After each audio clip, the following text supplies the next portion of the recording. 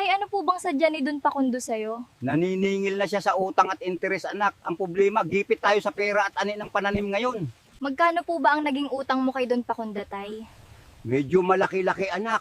Tapos ang laki-laki pa ng interes bawat buwan.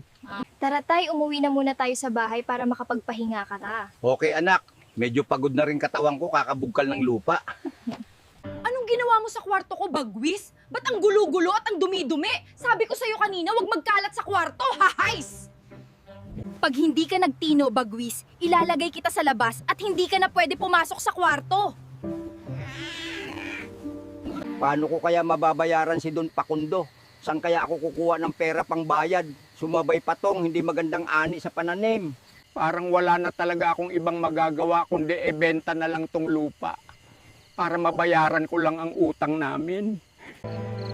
Mukhang malungkot si tatay. Masyado niyang iniisip yung utang niya kay Don Pakundo.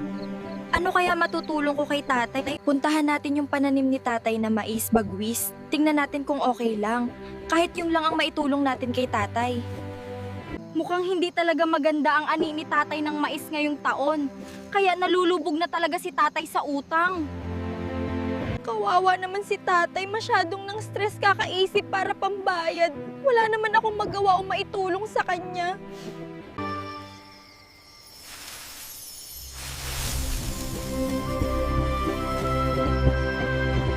Bakit biglang tumubo yung mga mais? Paano mo yun nagawa, Bagwis?